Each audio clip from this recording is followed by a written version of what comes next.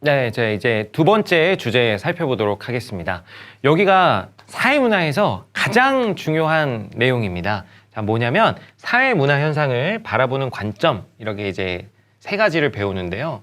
사회문화 현상을 바라보는 관점이라고 해서 세 가지를 배우는데, 여기가 하여튼 뭐 우리 사회문화의 가장 핵심 단원이다, 이렇게 이해해 두시면 돼요. 여기서 배운 내용들을 계속 뒤에서 약간씩 변조해 가지고 활용하고 뭐 이렇게 하거든요. 그래서 여기에서 배우는 기능론, 갈등론, 상징적 상호작용론, 이렇게 세 가지를 배우는데, 이 세 가지에 대해서는 정말 완벽하게 숙지하시고 넘어가시는 게 이제 다음 단원을 위해서도 너무너무 좋습니다. 자, 사회문화 현상을 바라보는 관점이에요. 사회문화 현상을 바라보는 관점인데, 자, 먼저 구분해 볼 수 있는 거는 거시적 관점과 미시적 관점을 구분해 볼 수가 있는데요. 거시적 관점은 이게 멀리서 본다는 거예요. 멀리서. 그리고 미시적 관점은 어떤 거겠어요? 이제 가까이서 본다는 거죠. 뭐 영어로 하면 거시적 관점은 매크로라고 하고, 미시적 관점은 이제 마이크로라고 하는데, 이렇게 가까이서 보는 게 마이크로고, 약간 이제 멀리서 떨어져서 보는 게 매크로가 되겠습니다. 그러면은 거시적 관점이라고 하면 멀리서 보는 것이니까, 뭐 예를 들면 나무와 숲을 비교해 보자면, 거시적 관점은 나무를 보겠어요? 숲을 보겠어요? 거시적 관점은 숲을 보겠죠. 숲. 이제 숲을 보는 것이고, 미시적 관점은 가까이서 보는 거니까 뭘 보는 거예요? 나무를 보는 거죠. 나무. 근데 우리가 이제 사회문화 현상이니까 거기에 빗대어서 또 표현을 하면, 거시적 관점은 숲, 그러니까 어떤 사회 구조를 중점적으로 살펴보는 관점이 되겠습니다. 그리고 미시적 관점은 이제 구조가 아니라 더 가까이서 살펴보는 것이니까 어떤 개인에 대해서 주로 중점적으로 살펴보는 관점이 되겠습니다. 그래서 거시적 관점은 주로 구조를 보고, 미시적 관점은 어떤 개개인의 초점을 맞춰서 사회문화 현상을 이해해보는 관점입니다. 그래서 이 거시적 관점은 여기 방금 말씀드렸지만 어떤 구조나 제도화의 측면에서 사회를 이해해보는 게 거시적 관점이 되겠습니다. 자, 이 중에서도 이제 중요한 게 이제 기능론과 갈등론입니다. 거시적 관점 두 가지가 있는데, 기능론하고 갈등론이에요. 자, 기갈. 자, 먼저 기능론부터 좀 살펴볼게요. 기능론. 기능론의 핵심은 뭐냐면 사회 유기체설입니다. 자, 사회 유기체설이 뭐냐면, 자, 유기체가 뭐냐, 유기체. 말이 좀 어렵죠. 그냥 여러분 쉽게 생명체라고 생각하시면 돼요. 생명체. 사회는 살아있는 뭐와 같다? 생명체와 같다. 생명체와. 여러분 생명체의 특징이 어떻게 돼요? 생명체의 특징은 우리 신체를 보시면 알지만, 이렇게 신체 각 부분들이 어떻게 돼 있어요? 다 연결돼 있어요. 다 연결돼 있고 각자는 각자의 역할이 있어요. 머리는 머리의 역할이 있고, 몸통은 몸통의 역할이 있고, 팔은 팔의 역할이 있고, 다리는 다리의 역할이 있는 것처럼 각 신체 각 부분들이 각각의 역할을 가지고 상호 의존적 관계를 형성하고 있습니다. 자, 무슨 관계를 형성하고 있다? 상호 의존적 관계를 형성하고 있다. 요거 포인트예요, 여러분. 자, 기능론의 포인트인데, 사회는 어떤 살아있는 생명체처럼 팔과 몸통과 뭐 머리와 다리의 역할처럼 사회도 각 부분들이, 뭐 예를 들면 경찰은 경찰의 역할을 하고, 뭐 국회는 국회의 역할을 하고, 학교는 학교의 역할을 하고, 이런 것처럼 각각의 역할들을 하면서 상호 의존적 관계를 형성하고 있다. 이게 사회 유기체론입니다. 그래서 사회는 이렇게 다 우리가 연결돼 있다는 게 핵심이에요. 상호 의존적 관계다라는 것이고, 그래서 그 부분들은 사회 전체의 어떤 존속과 통합을 위해서 기능을 수행한다. 이게 이제 사회 유기체론의 핵심이 되겠습니다. 자, 그런데 어떤 그럼 특정 부분이 제 기능을 못한다고 해봐요. 예를 들면 제가 이제 운동하다가 이 손목을 종종 다치곤 하는데, 손목이 제 기능을 하지 못하면 어때요? 제가 이제 제대로 운동도 하지 못하고 수업할 때도 영향을 받겠죠. 그런 것처럼 사회도 어떤 특정 부분이 제 기능을 하지 못하면 그 사회 전체의 조화와 안정을 깨트린다고 봅니다. 그래서 그 사회 각 부분들은 그래서 다 제 기능을 수행해서 사회는 조화와 균형을 이뤄야 된다. 이렇게 보는 게 기능론의 핵심이에요.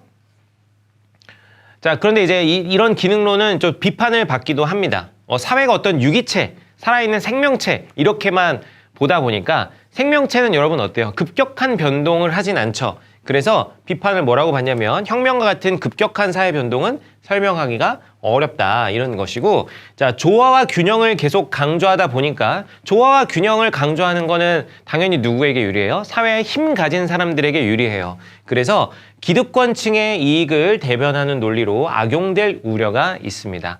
자, 우리 뭐 책에 교재에 있는 기능론에 대해서 이렇게 그냥 살펴봤는데, 제가 그냥 몇 마디만 좀 더 할게요.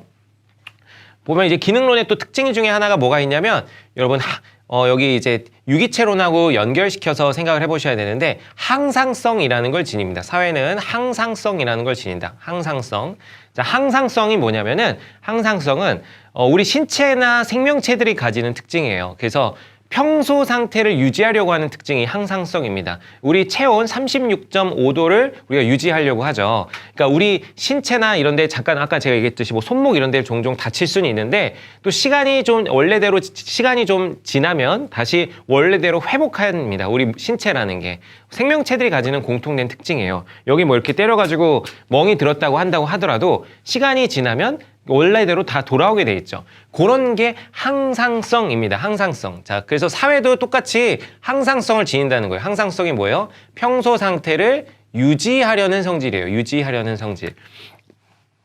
그래서 사회 문제 같은 것이 발생을 해도 그것은 일시적인 현상이고 곧 원래대로 뭐 할 것이다? 돌아올 것이다. 이게 기능론의 생각입니다. 사회 문제는 그래서 일시적 현상이라는 거예요.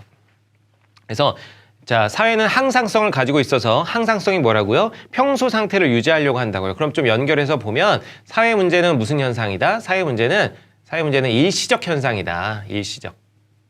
곧 원래 상태로 돌아올 것이다. 이렇게 보는 것도 기능론의 관점입니다. 사회 문제는 일시적이다. 요거를 또 다른 말로 하면 병리적 현상이다. 이렇게 표현할 수도 있어요. 병리적은 무슨 말이냐면 병든 상태라는 거죠. 정상적 상태가 아니라 사회 문제는 병리적 상태이기 때문에 이거를 치료하고 곧 원래대로 돌아올 수 있다. 이렇게 보는 게 자, 기능론의 관점이 되겠습니다. 자, 조화와 안정을 강조하는 이 기능론은 조금은 이제 보수적인 관점이라고 볼 수 있어요. 변화를 지향하기보다는 안정을 지향하는 보수적 관점이다. 자, 이렇게 바라볼 수 있고요. 자, 그럼 그와 비교해서 자, 이제 갈등론을 한번 살펴보도록 하겠습니다. 자, 갈등론 같은 경우는 기능론하고 전제 자체가 완전히 다릅니다. 자, 갈등론 같은 경우는 자, 일단 인간을 어떻게 보냐면은 인간들이 살아가고 있는 이 사회를 어떻게 바라보냐면 뭐 여러분 이런 건 적을 필요는 없는데요. 제가 그냥 이해를 돕기 위해서 좀 적어보면 여러분 어때요? 인간의 욕망은 어때요? 인간의 욕망은 굉장히 크잖아요. 뭐 쉽게 얘기해 뭐 인간의 욕망 무한하다고 많이 그러죠. 근데 인간의 욕망을 충족시켜줄 수 있는 재화는 어때요? 재화는 어때요? 한정돼 있죠. 그래서 인간의 욕망은 굉장히 큰데 이 인간의 욕망을 충족시켜줄 수 있는 재화는 굉장히 한정돼 있어요. 이걸 뭐라 그래요? 희소성을 지닌다 그래요. 희소성. 그래서 희소성을 지닌다는 건 우리의 욕망을 충족시켜 줄 만큼 많지 않다는 거예요. 그러면은 이 인간들의 욕망을 충족시켜 주기 위해서 이 재화를 둘러싸고 뭐가 발생하는 거예요? 투쟁이 발생하는 거예요. 투쟁. 갈등론은 이렇게 보는 거예요. 우리 인간들의 욕망이라는 건 굉장히 큰데 그걸 충족시켜 줄 수 있는 재화는 한정적이다 보니까 그걸 둘러싸고 뭐가 발생한다는 거예요? 투쟁이 발생한다는 거예요. 이게 그냥 인간사라는 거야. 이게 인간사. 자, 그러면은 이 투쟁의 결과로 어떻게 되겠어요? 자, 이 투쟁의 결과로 어떻게 돼요? 투쟁의 결과로 승자와 패자가 나뉘겠죠. 그 한정된 재화를 가진 승자가 있을 것이고 그 한정된 재화를 갖지 못한 뭐가 발생해요? 패자가 발생하는 거예요. 그래서 승자는 뭐가 돼요? 승자는 지배층이 되는 거죠. 지배층. 패자는 뭐가 돼요? 피지배층이 되는 거예요. 그래서 갈등론에서는 우리 사회라는 것이 아까 기능론에서는 전체의 존속과 통합을 위해서 뭐 기능을 수행한다 이렇게 표현을 했지만 갈등론에서는 우리 사회라는 건 결국에 누가 만든 것이다. 지배층이 만든 것이다. 이제 이렇게 이야기하는 게 갈등론이에요. 그래서 사회 구조라는 것이 어떤 평등하고 공정한 그렇게 작동하는 것이 아니라 사회 구조라는 건 오로지 이렇게 지배층의 이익을 위해서 맞춰져 있다. 이렇게 보는 게 갈등론의 시각이 되겠습니다. 자, 이런 전제를 좀 우리가 이해를 하시고 갈등론을 좀 이해해 보도록 할게요. 자, 그래서 갈등론 이제 가서 다시 살펴보면 자, 사회적 희소가치의 배분에 관해서 희소가치는 사람들이 원하는 아까 어떤 재화, 뭐 현대사회라고 하면 부와 권력 같은 게 되겠죠. 뭐 부와 권력 같은 걸 거예요. 부와 권력. 뭐 이런 것들이 배분에 지배계급과 피지배계급이 서로 갈등 대립하고 있다. 이건 늘 있는 일이다라는 거예요. 그래서 그 대립의 결과로 지배층이 사회 구조를 만들었다. 이렇게 보는 거죠. 그래서 항상 사회는 갈등과 대립이 상존, 서로 존재할 수밖에 없어요. 그래서 갈등과 대립은 늘 있을 수밖에 없어요. 왜요? 사회적 희소 가치가 늘 한정적이기 때문이에요. 우리의 욕망을 충족시켜 줄 만큼 충분히 많지 않기 때문입니다. 그래서 사회구조나 제도는 결국 누가 만들었다? 지배집단이 만들었다. 그래서 강제와 억압으로 규정된 것에 불과하다. 자, 그러면 정의롭다는 거예요? 정의롭지 않다는 거예요? 정의롭지 않다는 거예요. 그래서 사회구조나 제도는 부정의하다 이렇게 보는 거예요. 부정의하다. 자, 기능론에서는 아까 뭐라 그랬어요? 어떤 사회제도나 이런 거는 다 조화와 균형을 위해서예요. 기능론에서는. 사회 전체를 위해서. 그렇지만 이제 갈등론에서는 뭐라 그래요? 야, 그거 다 지배층들의 이익을 위한 거야 라고 이렇게 살펴보는 거죠. 그래서 부정의하다 이렇게 봅니다. 이걸 이제 뭐라고 하냐면 역기능을 강조한다 그래요. 역기능. 역기능을 강조해요. 그럼 비교해보면 기능론은 뭘 강조하겠어요? 기능론은 순기능을 강조하죠. 순기능. 순기능은 좋은 기능. 뭐 예를 들면 기능론에서는 경찰이라는 것은 우리 개개인들이 사회가 안정적으로 사회에서 위협을 느끼지 않고 살아갈 수 있게 필요한 것이 경찰이다. 이렇게 이제 기능론에서는 얘기할 테지만 갈등론에서는 경찰이나 이런 것들 다 지배층의 이익을 보호하기 위해서 만들어졌을 것이다. 이렇게 역기능을 강조하는 시점으로 바라보고 있습니다. 자, 요게 이제 갈등론의 시각이고요. 자, 좀 더 보면 그래서 갈등론도 역시 비판을 받습니다. 자, 조화와 균형을 통한 발전을 설명하기가 좀 어렵고 너무 지배와 피지배로만 단순하는 거 아니냐. 사실 우리 사회 전체가 합의하는 이런 어떤 문화나 전통 그런 거에 의해서 만들어진 결과물도 있을 텐데 너무 어떤 사회를 갈등적 구조로만 살펴보는 것 아니냐라는 비판을 받기도 합니다. 자, 갈등론은 이렇게 어떤 대립과 갈등을 자연시하고 그에 따른 변화를 추구하기 때문에 갈등론은 주로 이제 진보적 관점으로 우리가 이해할 수 있습니다. 기능론은 보수적 관점으로 우리가 이해할 수 있고 뭐 제가 좋아하는 영화 레미제라블을 보면 뭐 그런 내용이 나옵니다. 거기에 이제 그 프랑스 혁명 이후에 뒤숭숭한 사회 분위기를 나타내주는 그런 작품인데요. 거기 이제 기능론자로 분류될 수 있는 사람, 자베르 경감 같은 사람이 기능론자로 분류될 수가 있습니다. 어떤 체제의 조화와 안정을 추구하죠. 그래서 자기는 경찰로서의 노력을 하는 거고, 또 학생들은 뭐 학생의 본분에 맞게 해야 된다. 뭐 이런 의식을 가지고 학생들이 혁명 일으키는 거를 자베르 경감은 이제 그걸 막으려고 하죠. 근데 반면 이제 학생들은 어때요? 지금 사회가 너무 불평등하고 부정의하고 하기 때문에 이런 어떤 갈등과 열망을 폭발시켜서 사회를 이제 변화시키려고 하는 모습을 보여주고 있습니다. 그런 어떤 학생들의 혁명을 일으키려고 하는 모습들은 갈등론에 기반을 두고 있다. 이렇게 이해할 수가 있겠습니다. 자, 그래서 기능론과 갈등론 일단 살펴봤고, 자, 넘겨봐서, 자, 이제 잠깐 더 살펴보기 전에 어떤 관점 잠깐 좀 비교해 보도록 할게요. 저기 다음 페이지에서 나와 있는데, 자, 기능론하고 갈등론의 관점을 좀 비교해 보도록 하겠습니다. 이 비교가 이제 좀 중요한데, 자, 기능론에서 사회 규범을 이제 뭐라고 바라보느냐. 자, 사회는 질서 유지를 위한 수단으로, 자, 규범이 굉장히 필요해요. 규범.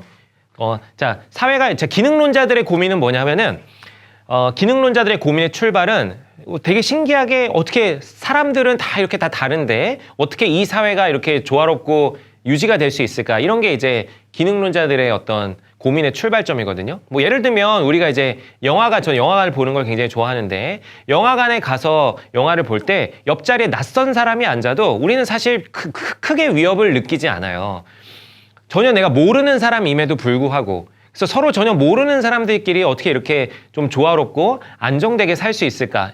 이게 이제 기능론자들의 첫 번째 물음이었는데 그들이 이제 내린 결론은 뭐냐면은 우리 사회에 법과 규범이 있기 때문이다라는 거예요. 법과 규범.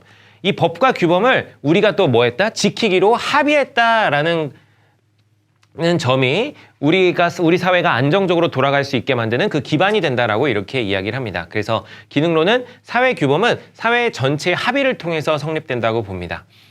그리고 이제 사회 규범은 사회화, 여러분 사회화는 뭐냐면 교육이에요. 교육을 통해서 세대 간에 전승된다 이렇게 표현을 합니다. 자, 요거 좀 더 보면 이 사회화에 대한 기능론과 갈등론의 관점도 다른데, 자, 기능론에서 사회화는 우리가 뭐라고 표현하면 이게 지배적 가치를 전승한다 그래요. 지배적 가치를 전승. 기능론에서 사회화는 지배적 가치를 전승한다. 여기서 지배적 가치라고 해가지고 요거 친구들이 많이 헷갈려하고 틀려하는 건데, 지배적 가치라는 게 지배층의 가치를 이야기하는 게 아닙니다. 뭐 갈등론에서 이야기하는 어떤 지배계급의 가치, 지배층의 가치 이런 게 아니라 지배적 가치라는 것은 사회적으로 공유된 가치라는 거예요. 지배적이라는 것은 이건 공유된 가치라는 거예요. 그래서 사회 전반적으로 퍼져 있는 가치다 이런 의미지 이게 무슨 어떤 지배층의 가치다 이렇게 보시면 안 됩니다. 지배층의 가치를 강조하는 건 갈등론입니다. 자, 또 비교해서 볼게요. 그래서 갈등론은 자, 사회 규범에 대해서 이제 뭐라고 표현하냐면 역시 지배계급이 자기들의 이득을 위해서 통제하기 위한 수단으로 규범을 필요로 해요. 그렇다면 결국 이 사회규범 누가 만들었어요? 지배계급이 만들었어요. 갈등론에서는. 그래서 지배계급의 의지를 반영해서 형성이 된다. 자, 주의하실 점 또 있어요. 자, 기능론은 사회 전체 합의라 그랬죠. 근데 합의가 나왔다고 해서 다 기능론이 아닙니다. 갈등론에서도 합의를 쓸 수 있어요. 뭐라고 표현하냐면 그래서 지배층의 합의 이런 표현 쓸 수 있어요. 지배층의 합의. 지배계급의 의지를 반영했다. 이것은 뭐라고 표현할 수 있어요? 지배층의 합의 이렇게 표현할 수도 있고 아니면은 뭐 특정 집단의 합의 이렇게 표현할 수도 있어요. 특정 집단. 이게 지배층을 특정 집단이라고 표현해가지고 특정 집단의 합의 이렇게 표현할 수도 있어요. 그래서 사회 규범이라는 것이 사회 전체가 합의했다 이렇게 보면 기능론이고 그게 아니라 뭐 지배층이 합의했다 아니면 혹은 특정 집단이 합의한 것이다 이렇게 보면 갈등론입니다. 자, 그럼 이런 갈등론의 입장에서 보면 사회 법이나 사회 규범은 지배 집단, 특정 집단의 이익을 반영한 것이기 때문에 정의롭지 않은 거예요. 그래서 우리는 굳이 그걸 따를 필요가 없다고 보는 게 갈등론의 시각이 되겠죠. 자, 그리고 이것도 사회화에 대해서도 좀 살펴볼 수가 있는데 자, 그러면 여기 이제 갈등론에 대해서는 지금 사회화에 대한 이야기는 없는데 이제 이 사회화에 대해서 갈등론은 어떻게 보냐면 사회화에 대해서 자, 아까 기능론은 뭐라 그랬어요? 지배적 가치를 전승한다 그랬죠. 근데 이제 갈등론에서는 이제 사회화를 어떻게 보냐면 이게 지배 집단의 가치라 그래요. 지배 집단. 지배 집단이나 어떤 특정 집단, 지배 집단의 가치를 전파한다 이렇게 얘기합니다. 전파한다. 이렇게 이거 구분하셔야 돼요. 자, 기능론에서는 뭐라고요? 다시 한번 기능론에서는 지배적 가치라고 표현했어요. 이거는 지배층의 가치가 아니라 공유된 가치라고 그랬죠. 갈등론에서는 뭐라고? 지배 집단의 가치라고 해요. 지배 집단의 가치. 이거는 사회를 지배하고 있는 기득권자들의 가치다 이런 얘기입니다. 그래서 이거 분명히 구분해 주셔야 돼요. 이거 굉장히 시험에서 보면 여러분들이 많이 헷갈려하는 주제 중에 하나입니다. 그래서 기능론과 갈등론의 어떤 사회 규범에 대한 관점을 좀 비교해 봤습니다. 반드시 기억을 해 두시기 바라고요. 자, 그렇다면 이제 다음 상상론으로 넘어가도록 하겠습니다. 자, 이제 미시적 관점인데요. 자, 미시적 관점은 자, 뭘 보는 거예요? 아까 개개인을 본다 그랬어요. 개개인. 개개인을 보는 게 이제 미시적 관점입니다. 잠깐 좀 더 위로 올려볼까요? 개개인을 바라보는 게 이제 미시적 관점인데 미시적 관점, 미시적 관점의 대표적인 게 바로 상징적 상호작용이에요. 줄여서 우리가 상상론이라고 하는데, 자, 이 상상론 말 자체가 좀 어렵죠. 상징적 상호작용론. 상호작용이란 말도 좀 어렵고, 상징적이란 말도 어렵고, 요 의미를 좀 정확하게 살펴볼게요. 상징적 상호작용론.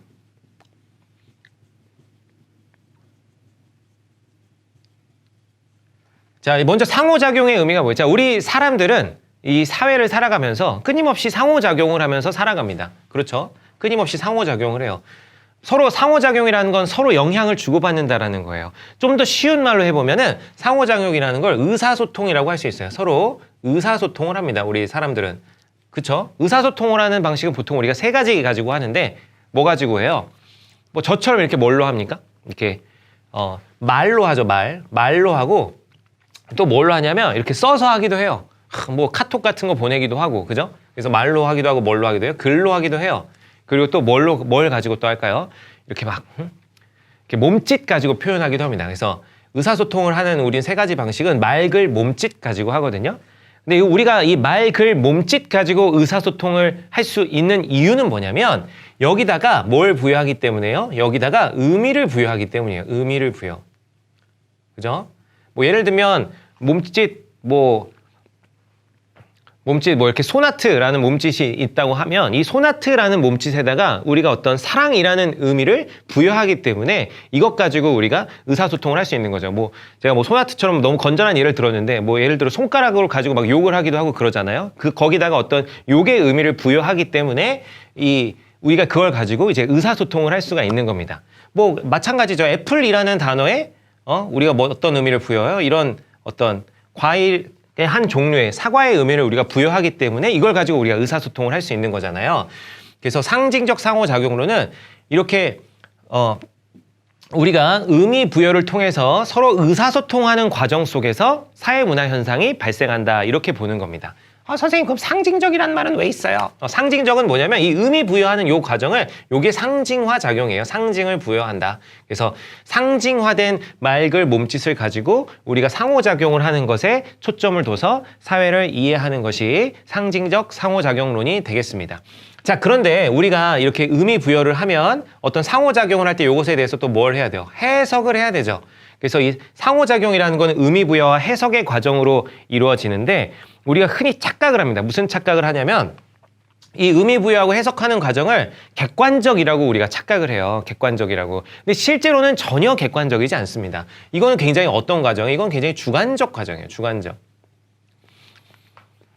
자, 예를 들면 제가 친구한테 야 맥주 한잔 하자 뭐 이렇게 해가지고 친구랑 이렇게 맥주 한잔 한다고 해봅시다. 제가 친구한테 맥주 한잔 하자고 했던 것은 어떤 의미예요? 자, 저기 보면 이거 뭐 당연히 쓰실 필요는 없습니다. 자, 맥주 한잔 하자 한 거는 뭐예요? 자, 사실 그게 맥주 한 잔의 의미가 아니에요. 뭐야, 나랑 좀 이야기를 하자라는 의미잖아요. 맥주 한 잔에 제가 부여한 의미는 이야기하자라는 거예요. 근데 이제 친구가 이제 나와가지고 근데 시간이 없고 뭐 내일 출근해야 되고 이러니까 정말 그냥 맥주 한 잔만 먹고 뭐 한 10분 만에 집에 가버렸다고 해봅시다. 그러면은 저는 굉장히 서운함을 느끼겠죠. 자, 그게 왜 그래요? 제가 부여한 의미, 나랑 같이 시간을 보내자라는, 나랑 같이 이야기를 하자라는 것으로 친구는 받아들이지 않고 말 그대로 정말 맥주 한 잔으로 받아들인 겁니다. 그래서 이렇게 같은 말이나 글이나 몸짓에 대해서도 이 의미를 서로 부여하는 게 다 어떻게 되는 거예요? 다른 거예요. 그 해석하는 것도 어떻다? 다르다라는 거예요. 다 개개인의 가치가 개입될 수밖에 없어요. 그래서 이것은 다 주관적이다라는 것입니다. 그래서 이렇게 우리가 상호작용하는 과정이 어떤 세계다? 주관적인 세계다. 여기에 초점을 맞춰서 이해해 보는 게 상징적 상호작용론이 되겠습니다. 그죠? 자, 뭐 그런 경우 많잖아요, 여러분. 뭐 이렇게 뭐 썸 타다가 이제 사귀게 될 때 나는 사귄다고 생각하는데 상대방은 아니라고 생각할 수도 있고 같은 상황을 두고서도 사람들의 어떤 해석이나 의미 부여는 너무나 다를 수가 있습니다. 자, 그런 거에 초점을 맞춰서 이해해 보는 것이 상징적 상호작용론이 되겠습니다. 자, 한번 볼게요. 자, 그래서 인간은 자율성을 지닌 능동적 존재입니다. 능동적 존재. 각각의 스스로 의미 부여하고 해석할 수가 있기 때문이죠. 그래서 복잡한 의미를 부여할 수 있고 인간 자신이 처한 상황에 대한 상황정의 기초에서 주관적 가치에 따라서 행동한다. 그래서 어떤 사회문화 현상이라는 것은 그래서 객관적인 것으로 존재하는 것이 아니라 주관적 의미에 따라서 달라질 수 있다. 이렇게 보는 게 상징적 상호작용론이 되겠습니다. 뭐 크게 어렵지 않아요. 그냥 여러분 일단 개인의 어떤 주관성과 의미 부여, 해석 이런 것들을 강조하는 관점이다. 이렇게 보시면 되겠어요. 어떤 구조적 힘보다는 개인의 주체성을 중시한다. 자, 그래서 사회 규범에 대해서 이 상징적 상호작용론은 뭐라고 했는지 좀 살펴보도록 하겠습니다. 자, 사회 규범이라는 것은 그래서 사람들이 이런 의미를 부여하는 것을 동의해가지고 형성됐다고 봅니다. 그래서 사회 규범이라는 것은 우리가 그렇게 의미를 부여했기 때문에 사회 규범이 존재할 수 있다는 거예요. 그렇다면 우리가 의미 부여하는 그 규범에 대해서 우리가 의미 부여하는 게 달라지면 그 규범이 가지는 어떤 사회의 역할이나 의미도 당연히 달라질 수밖에 없겠죠. 그래서 사회 규범에 대해서 다른 의미를 부여하거나 따르기를 거부하면 새로운 사회 규범이 정립될 수 있습니다. 이렇게 보는 게 상징적 상호작용론이 되겠습니다. 뭐 상상론 친구들이 좀 어려워해가지고 제가 좀 더 그냥 약간 첨언을 해볼게요. 이건 뭐 적으실 필요는 없는데 제가 좋아하는 학자인 에리 프롬이라는 학자가 있습니다. 그럼 이 에리 프롬의 이제 유명한 책이 뭐냐면 To Have or To Be라는 책이 있는데요. To Have or To Be. 자, 우리나라에는 소유냐 존재냐 이렇게 번역이 됐습니다. 소유냐 존재냐. 소유냐 존재냐로 번역이 되어 있는데 이제 에리 프롬이 연구했던 것 중에 하나가 뭐냐면 사람들의 어떤 상호작용 방식이에요. 상호작용 방식. 그래가지고 에리 프롬이 연구했던 게 자본주의가 발전하기 이전과 자본주의 발전하기 이전과 이후를 비교해 보는 거예요. 그래서 자본주의 이전에는 사람들이 무슨 동사를 많이 썼냐면 비동사를 많이 썼다는 거예요. 비동사. 자, 비동사는 우리가 해석을 어떻게 해요? 뭐뭐이다 뭐 이렇게 해석하죠. 뭐뭐이다. 근데 자본주의 이후에는 사람들이 무슨 동사를 많이 쓴다는 거예요? 해부 동사를 많이 쓴다는 거예요. 해부 동사. 해부 동사는 우리가 해석 어떻게 해요? 뭐뭐 가지다 이렇게 하는 거죠. 가지다. 그래서 예를 들면 그냥 한국말로 우리가 생각을 해보면 예를 들면 뭐 영어로 한번 생각을 해보면 옛날에는 자본주의 이전에는 비동사를 많이 쓰니까 I'm sick, 난 아파 그냥 이렇게 이제 표현을 했다고 한다면 자본주의가 발전한 이후에는 have 동사를 많이 쓰니까 I have a cold 뭐 이런 식으로 나는 감기를 가지고 있어. 자, 이런 식으로 이제 표현을 많이 썼다라는 거예요. 뭐 우리나라 말로 표현해 보면은 뭐 예를 들면 옛날 같은 경우는 난 널 사랑해라고 표현을 하지만 이제 자본주의가 발전한 이후에는 난 너에 대한 사랑을 가지고 있어. 어떤 이런 have 가지다 이런 방식의 이제 표현들을 많이 썼다라는 거예요. 그래가지고 이것을 자본주의 이전의 어떤 사람들의 뭐 편지나 잡지나 뭐 이런 것들을 보면서 그런 표현들을 분석을 해보고 자본주의 이후의 어떤 역시 표현들을 분석을 했던 이런 결과를 냅니다. 자, 그래서 에릭 프롬이 얘기했던 건 뭐냐면 그래서 자본주의에서 여러분 강조하는 건 뭐예요? 자본주의에서 강조하는 거는 소유예요, 소유. 소유와 소비죠. 내가 이제 뭘 가지고 있는지, 내가 뭘 소비하는지 그걸로 자신을 표현하는 것을 사회가 굉장히 강조를 하잖아요. 그래가지고 그 영향을 받아서 사람들의 어떤 상호작용 표현들도 의미 부여하는 것들도 이렇게 달라졌다라는 거죠. 그러니까 예전에는 어떤 자기 자신을 그냥 드러내는 나는 이래, 나는 뭐뭐야 라고 이렇게 비동사로 표현을 했던 반면에 자본주의가 발전한 이후에 난 뭘 가지고 있어. 나는 뭘 가지고 있어가 이제 자신을 드러내는 거죠. 우리가 뭐 최근에 현대사회에서 뭐 이제 명품 우리가 좋아하고 뭐 외제차 좋아하고 뭐 이렇게 하는 것을 보면 에릭 프롬은 그거는 이 자본주의 이후에 나타난 어떤 그런 현상이다라고 얘기를 할 거예요. 그러면서 이제 이 책에서 얘기하는 건 사람들이 이렇게 소유에 계속 집착을 하다 보니까 여러분 우리가 소유라는 건 어때요? 내가 이제 가진 게 내가 가진 거를 잃어버릴 수도 있고 또 내가 가진 것의 가치가 떨어질 수가 있기 때문에 어떤 소유로서 자기 자신을 계속 드러내는 것에 익숙해지다 보면 이것을 잃어버릴까 혹은 내가 가지고 있는 것의 가치가 떨어질까 늘 전전긍긍하기 때문에 행복해지기가 어렵다는 거예요. 그래서 이 책에서 얘기하는 건 자본주의 이전에 우리가 가지고 있던 삶의 태도, 자기 존재를 드러내고 존재를 긍정하는 이런 어떤 존재적 방식의 삶을 회복해라 뭐 이런 이야기를 하고 있습니다. 자, 에릭 프롬이 어쨌든 이렇게 이제 연구했던 걸 제가 왜 이렇게 장황하게 말씀드렸냐면 에릭 프롬이 이렇게 연구했던 거는 자, 어떤 사회 구조를 먼저 보고 그 구조의 영향 속에 있는 걸 본 게 아니라 사람들의 어때요? 사람들이 의사소통을 어떻게 하는지 이 생활 속에서 서로 상호작용을 할 때 의미 부여를 어떻게 하는지 여기에서 분석을 시작해서 이러한 이제 결론을 낸 거거든요. 그래서 이렇게 보는 게 일종의 미시적 관점이다라고 볼 수가 있습니다. 자, 그래서 이제 다시 정리를 좀 해보면 자, 오늘 여기가 이제 2단원 제일 중요한데요. 자, 거시적 관점과 미시적 관점 다시 한번 정리를 해보면 자, 거시적 관점이 뭐가 있다고요? 거시적 관점. 자, 기능론하고 뭐가 있다? 갈등론이 있다 그랬어요. 자, 기능론은 사회라는 것은 우리의 합의에 의해서 만들어진 것이다. 사회는 우리의 합의에 의해서 만들어진 것이다라는 거고 갈등론은 우리 사회라는 거는 지배층이 만든 거다. 그러니까 정의롭지 않다. 이렇게 보는 겁니다. 자, 그리고 미시적 관점, 개개인의 어떤 의미 부여와 해석에 따라 사회를 이해해 보는 거 미시적 관점이고 요거는 무슨 관점? 상징적 상호작용론이라고 그랬죠. 상징적 상호작용론. 그래서 사회 문화 현상을 보는 관점 하면 이렇게 세 가지를 반드시 떠올리셔야 됩니다. 기능론, 갈등론, 상상론. 그래서 사회 문화 현상을 보는 관점, 기갈상 요거는 반드시 머릿속에 넣어두시고 이제 문제풀이 과연 문제는 어떻게 과연 나오는가 문제풀이 한번 같이 가도록 하겠습니다.